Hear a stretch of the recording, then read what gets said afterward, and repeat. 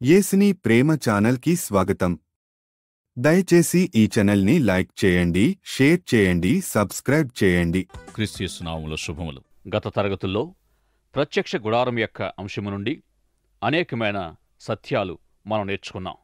గ్రహించడానికి ఎంతో కష్టతరమైన లేవియాకాండ ధ్యానమంతటికి ప్రత్యక్ష గుడారపు వివరణ చాలా వరకు సహాయపడగలదని నేను నమ్ముతున్నాను.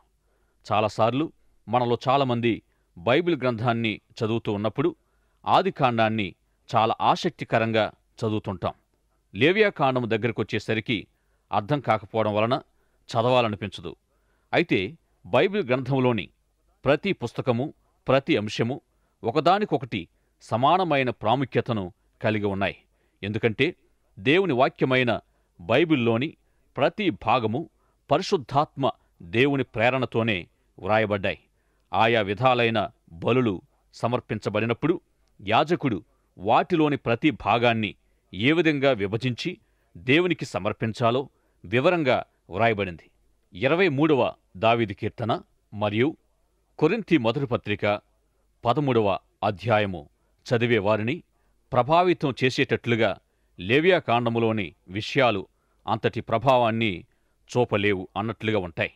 అయితే ఎన్నో గొప్ప ఆత్మీయ సత్యాలు లేవియాకాండములో ఇవ్వబడ్డాయి. మనం ఈ గ్రంథాన్ని అర్థం చేసుకోవడానికి అనుకూలంగా అనేక భాగాలుగా విభజించబడింది. మొదటి నుండి 7 అధ్యాయాలు యాజకులు అర్పించవలసిన బలులను గూర్చి వ్రాయబడ్డాయి. ఈ మొదటి 7 అధ్యాయాలు పూర్తిగా బలులనే తెలియజేస్తున్నాయి. అంత మాత్రమే గాక బలుల యొక్క ఆత్మీయ అర్థాన్ని ప్రాముఖ్యంగా తెలియజేస్తున్నాయి. అదేవిధంగా ఆ బలులన్నీ యేసుక్రీస్తు యొక్క శిలువ త్యాగములో, బలి అర్పణలో నెరవేరాయి. లోకపాపమును మోసుకొని పోవడానికి దేవుని గొర్రెపిల్లగా ఈ లోకానికి వచ్చిన యేసుక్రీస్తును గూర్చిన సువార్తను లేవియాకాండములోని మొదటి 7 అధ్యాయాలు చాటి చెబుతున్నాయి. ఇక 8వ అధ్యాయము నుండి 10వ అధ్యాయం వరకు ప్రాముఖ్యంగా పరిచారకులను, యాజకులను ఉద్దేశించి వ్రాయబడ్డాయి. వీటిలోని నియమ నిబంధనలన్నీ ప్రాముఖ్యంగా యాజకులకు, ఆ తర్వాత యాజకులు కానున్న వారికి ఇవ్వబడ్డాయి. యాజకులైన వారు తప్పక అనుసరించవలసిన ప్రమాణాలు లేవియాకాండములోనే ఇవ్వబడ్డాయి. ఈ గ్రంథములోని ముఖ్య సందేశం 11వ అధ్యాయము నుండి 22వ అధ్యాయం వరకు ఉన్న లేఖన భాగములో మనం గమనించగలం. ఈ భాగాన్నే మనము పరిశుద్ధత లేక పరిశుద్ధపరచబడుట అని పిలుస్తాం. దేవుడు పరిశుద్ధుడైన ప్రకారంగా దేవుని ప్రజలంతా పరిశుద్ధులుగా ఉండాలనేది సార్వత్రిక సత్యం. దేవుని ప్రజలంతా లోకములో ప్రత్యేక జనాంగంగా ఉండడానికి పిలువబడ్డారని ఈ భాగం తెలియజేస్తుంది. ప్రతి విశ్వాసి అన్వయించుకోదగిన గొప్ప సత్యాలెన్నో ఈ గ్రంథములో ఉన్నాయి. పరిశుద్ధుడు అనగా దేవునికి చెంది ఉన్నవాడు అని అర్థం. దేవునికి చెంది ఉన్న వారంతా దేవుని నిమిత్తం ప్రత్యేకించబడ్డవారే. ఈ విధంగా దేవునికి చెందినవారు, ప్రత్యేకించబడినవారు దేవునికి ప్రథమ ఫలమై ఉన్నారు. ప్రియ స్నేహితులారా, మీ పిల్లలు ఇల్లు విడిచి బయటికి వెళుతూ ఉన్నప్పుడు ఎప్పుడైనా మీరు దేవునికి చెందినవారు, దేవుని నిమిత్తం ప్రత్యేకించబడినవారని వారితో చెప్పి ఉన్నారా? పిల్లలకు అట్టి శిక్షణ తల్లిదండ్రులు ఇచ్చినప్పుడు వారు ఎప్పటికైనా తాము దేవునికి చెందినవారము అనే సత్యాన్ని గ్రహించగలరు. అయితే తాము దేవునికి చెందినవారమనే గ్రహింపు కలిగినవారు తమలో దేవుణ్ణి ప్రతిబింబిస్తారు. అంటే దేవుని రూపాన్ని, దేవుని వెలుగును, దేవుని విధానాలను తమలో చూపిస్తారు. దేవుడు తన ప్రజలతో ఇదే విషయాన్ని చెబుతూ, నేను పరిశుద్ధుడను గనుక మీరును పరిశుద్ధులయుండుడి అని తనవలే ఉండాలని దేవుడు తన ప్రజలను కోరుతూ ఉన్నాడు. లేవియాకాండము 11వ అధ్యాయము నుండి 22వ అధ్యాయం వరకు దేవుని పరిశుద్ధతను గూర్చి, దేవుని ప్రజల ప్రత్యేకతను గూర్చి తెలియజేస్తున్నాయి. 11వ అధ్యాయము నుండి 22వ అధ్యాయం వరకు దేవుడు తన ప్రజలకిచ్చిన ఆజ్ఞలన్నీ పరిశుద్ధులయుండుడి అనే ఆజ్ఞలో ఇమిడి ఉంటూ, పరిశుద్ధతను గూర్చిన ఆజ్ఞ ప్రత్యేకించబడ్డ వారి జీవితాల్లో నెరవేరినప్పుడు సదరు ఆజ్ఞలన్నీ నెరవేరతాయి. ఈ విధంగా దేవునికి చెంది ఉన్నవారే పరిశుద్ధత అనుభవాన్ని పొందగలరు. ఇక 23వ అధ్యాయము నుండి 25వ అధ్యాయం వరకు పరిచర్యను గూర్చి వ్రాయబడింది. యోదామత విశ్వాసములో అనేకమైన పరిశుద్ధ దినాలు ఉన్నాయి. ఈ నియామక దినాలను గూర్చి ఆదికాండము నుండి ద్వితీయోపదేశకాండము వరకైన 5 గ్రంథాల్లో వ్రాయబడి ఉన్నాయి. వీటిని ఏ విధంగా ఆచరించాలో ఆయా విషయాలన్నీ యాజకులకు సూచించబడ్డాయి. ఈనాటి మనము ఆచరించే ఆదివారపు ఆరాధన దినం వలనే ఆనాడు వారికి ప్రతి నియామక దినం ఎంతో పవిత్రమైనదై ఉండేది. లేవ్యాకాండములోని 23వ అధ్యాయము నుండి 25వ అధ్యాయం వరకు ఉన్న భాగానికి మనం వచ్చినప్పుడెల్లా మనలో మనము ఈ ప్రశ్న వేసుకోవాలి. పస్కా వంటి పరిశుద్ధ దినాలను ఏర్పాటు చేయడంలో యాజకుల పట్ల, ప్రజల పట్ల దేవుని ఉద్దేశ్యము ఏమి కాగలదు? సమాధానంగా దేవుడు వారిని ఒకొనొక ముఖ్యమైన సంగతిని ఎల్లవేళలా జ్ఞాపకం ఉంచుకోవాలని కోరుతూ ఉన్నాడు.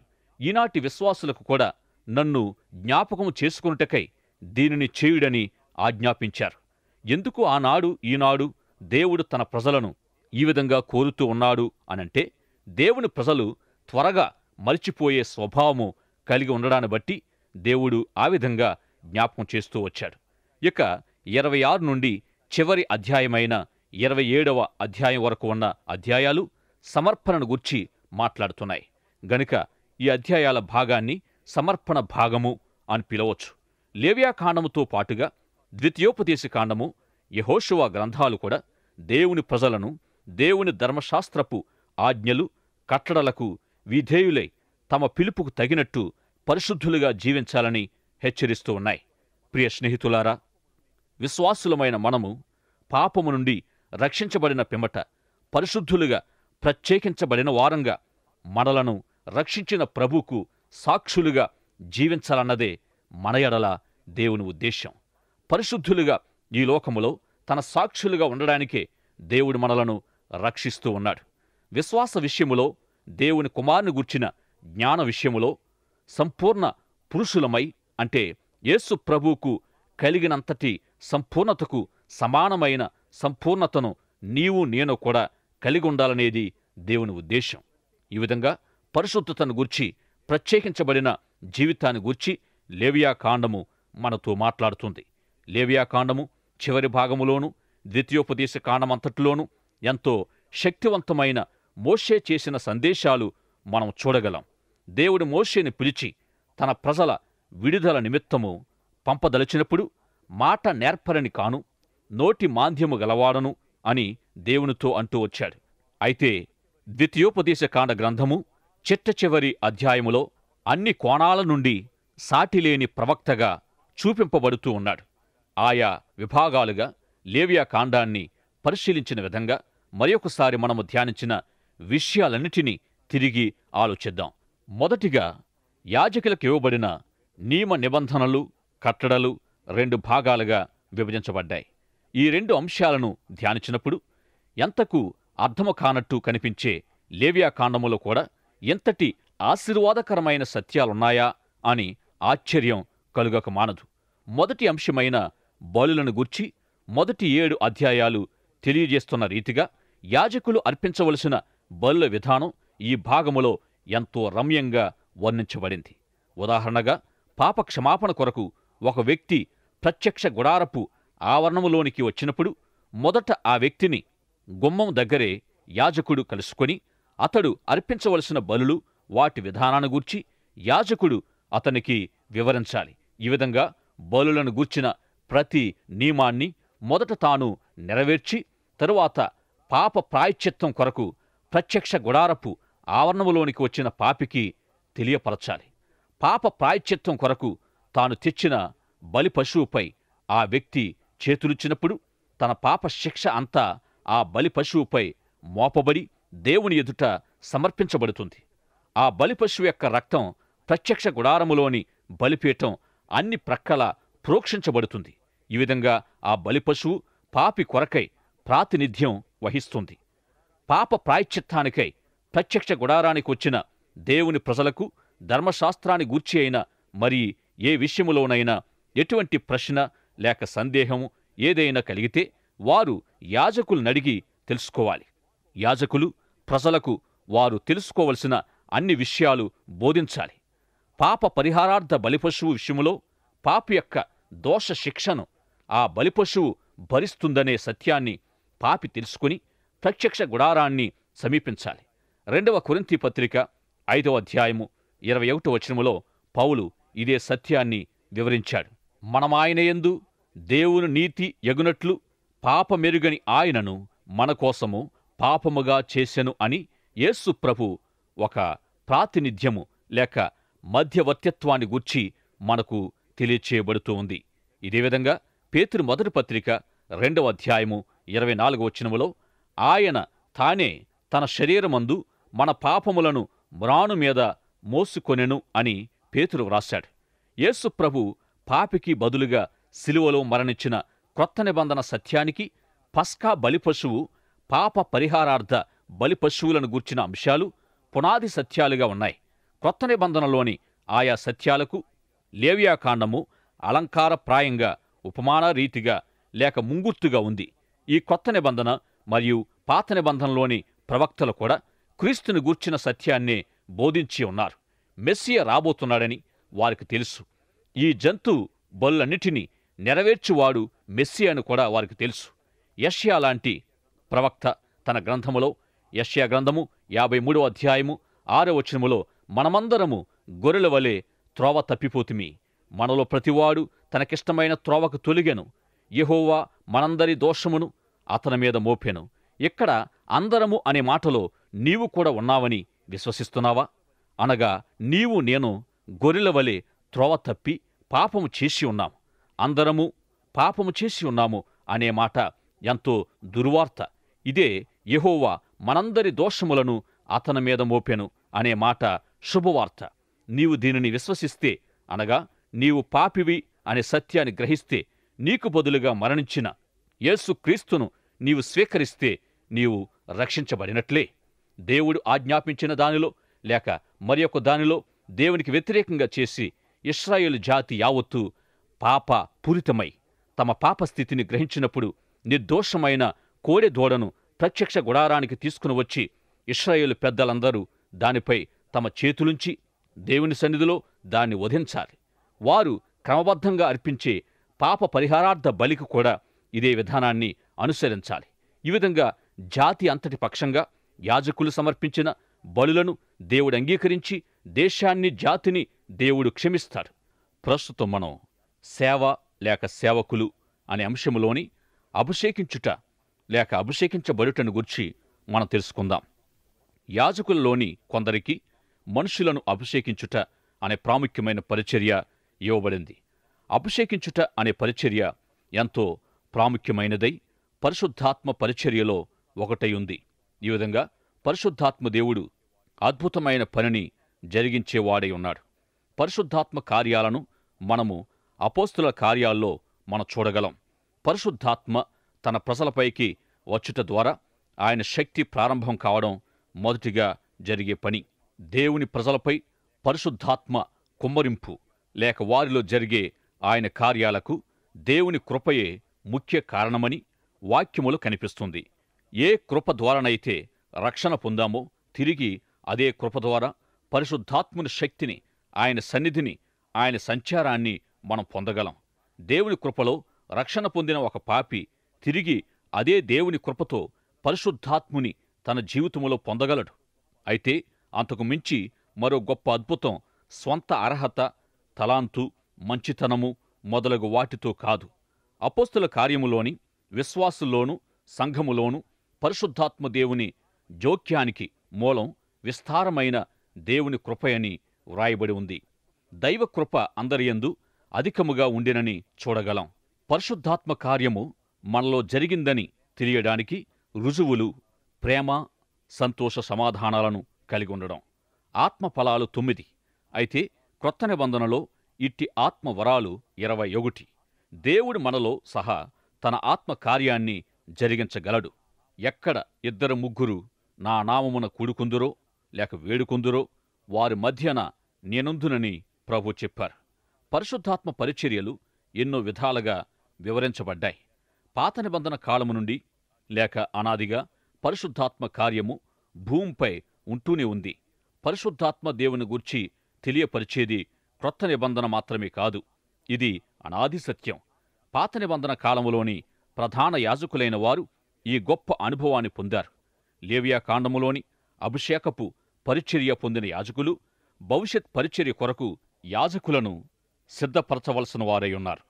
యాజకులు అభిషేకించబడిన వారుగా ఉండుటను వారి చెవుల కొనలు, వారి చేతులు, వారి కుడి కాలి బ్రొటన వ్రేలిపై రక్తాన్ని ప్రోక్షించడం ద్వారా తెలుసుకొనగలం. ఇది ఎంతో రమ్యమైన అలంకరణ పద్ధతిలో వర్ణించబడింది. దీని అర్థం ఏమిటంటే, మీరు పరిశుద్ధులు, మీరు ఇతర ప్రజలను పరిశుద్ధులుగా ఉండుటకు నడిపించవలసిన వారై ఉన్నారు. మీరు సామాన్యమైన మనుషులు కారు. మీరు అభిషేకము పొందినటువంటి వ్యక్తులుగా ఉండుటకు పిలువబడి ఉన్నారు. మీరు వినే ప్రతీదీ పరిశుద్ధాత్మ దేవుని చేత అభిషేకించబడినదై ఉండాలి అని యాజకులను గుర్చి వ్రాయబడింది. ఈనాడు మనకు ఎన్నో వ్యర్థమైన సంగతులు వినబడుతూ ఉండగా, ఆత్మాభిషేకము పొందనిది ఏదైనా వినరాదనే విషయం సవాలుతో కూడుకుంది. ఈ దినము మనము చదువుతున్న రీతిగా ఆ దినాల్లో వారు చదువుకోలేదు. అనేకులు నిరక్షరాస్యులుగా ఉన్నారు. కాబట్టి వాక్యము వినడమును గూర్చి వక్కాణించబడింది. అయితే వినేది ప్రతీది కూడా, అనగా దేవుని వాక్యము ఏదైనప్పటికీ అభిషేకించబడవలసి ఉంది.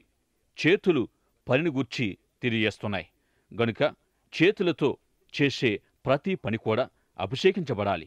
పాదాలు వెలుటను గూర్చి తెలియజేస్తున్నాయి గనుక పాదాలు వెళ్ళే ప్రతి స్థలము దేవుని చేత అభిషేకించబడాలి. నిజంగా ఇది గొప్ప అలంకరణ రూపమయ్యుంది. మోషే పంచగ్రంథాలను వ్రాస్తున్నప్పుడు యేసుక్రీస్తును గూర్చి చెప్పిన విషయాన్ని ఈ లేవియాకాండ గ్రంథములో ఎంతో అద్భుతంగా చెప్పబడింది. క్రొత్త నిబంధన గ్రంథములో చూసినట్లయితే యేసుక్రీస్తు ప్రభువారు ఒక కుష్ఠరోగిని బాగుచేసినప్పుడు నీ దేహాన్ని యాజకునికి కనుపర్చుకొమ్మని చెప్పారు. ఇంతకీ ఎందుకు అలా చెప్పారు? ఎందుకంటే లేవియాకాండ గ్రంథములో ఈ ఆజ్ఞను మనం గమనించగలం. ఆ దినాల్లో కుష్ఠరోగము చాలా భయంకరమైన రోగం. కాబట్టి కుష్ఠరోగి పరిస్థితి అత్యంత విషాదకరమైనది. ఈ వ్యాధిలో అనేక రకాలు అంటురోగాలు ఉన్నాయి. దీనికి స్వస్థత అసాధ్యమైనప్పటికీ పాత నిబంధనలోని అనేకసార్లు కుష్ఠరోగులు స్వస్థత పడడం కూడా మనము చూస్తున్నాం. పాత నిబంధనలోని నయమాను అను వ్యక్తి స్వస్థత పొందాడు. యేసు ప్రభు కాలములో కూడా ఆయన ద్వారా అనేక మంది కుష్ఠరోగులు స్వస్థత పొందారు. మోషే కాలములో మోషే ద్వారా కూడా కుష్ఠరోగి స్వస్థ పొందడానికి మార్గాన్ని ఏర్పరిచాడు. ఒకవేళ అతడు స్వస్థత నొందకుండా ఉంటే, నేను అపవిత్రుడను అని తన గూర్చి తాను అందరికీ ప్రకటించుచూ అందరికీ దూరంగా ఉండాలి.